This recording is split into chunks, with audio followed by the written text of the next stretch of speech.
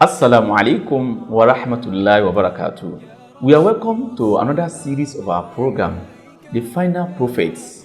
Today we also want to look at one of the prophecies of Prophet Muhammad sallallahu alaihi wasallam.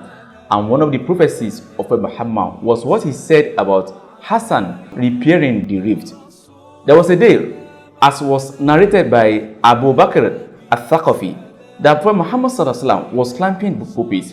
And as he was climbing the pulpit, Hassan moved along with him.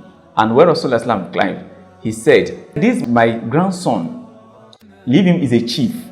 And he hoped perhaps Allah shall use him to reconcile between two parties in the nearest future." That Allah might use Hassan to reconcile between two parties in the nearest future. He also said that after 30 years, there might be the extinction of the caliphate system, and there will be the monarchical system of government in the Islamic Ummah. This eventually happened because it was prophesied by Rasulullah sallallahu alaihi wasallam. Hassan, just like we have said in our previous episode, there was a battle called Ghazwat al-Siffin. This battle happened between Ali ibn Abi Talib and the party of Muawiyah, the family of Umayyad, and the rift continued until when Hassan was appointed as the Caliph of the Ummah. Hassan, the son of Ali, who happened to also be the son of Fatima bint Rasulullah sallallahu alaihi wasallam. Hassan was able to relinquish. He left his position for Muawiyah to succeed him, and indeed that ended the rift that happened between the party of Ali and party of Muawiyah from the time up to that present moment.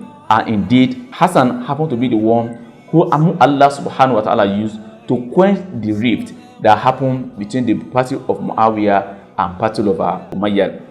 And the other prophecy that he said about along that side, that after 30 years, if one calculate the number of years that Abu Bakr Siddiq, Umar ibn Khattab, Uthman ibn Affan, Ali ibn Abi Talib, and some months that were used by Hassan ibn Abi Talib to rule, it was exactly 30 years as was prophesied by Muhammad. And after Hassan, it there come about the monarchical system of government, and that indeed the prophecy of Rasulullah also came to pass.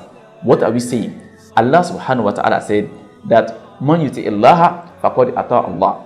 Man ata Rasul faqad ata Allah. Whoever obeys for Muhammad sallallahu alaihi wasallam, he has obeyed Allah. And also he also said another place, whoever said he loves Allah, let him obey Rasulullah sallallahu alaihi wasallam. And he said, "Wa ma yashakiki Rasul min ba'di ma tabayyana lahu al-huda."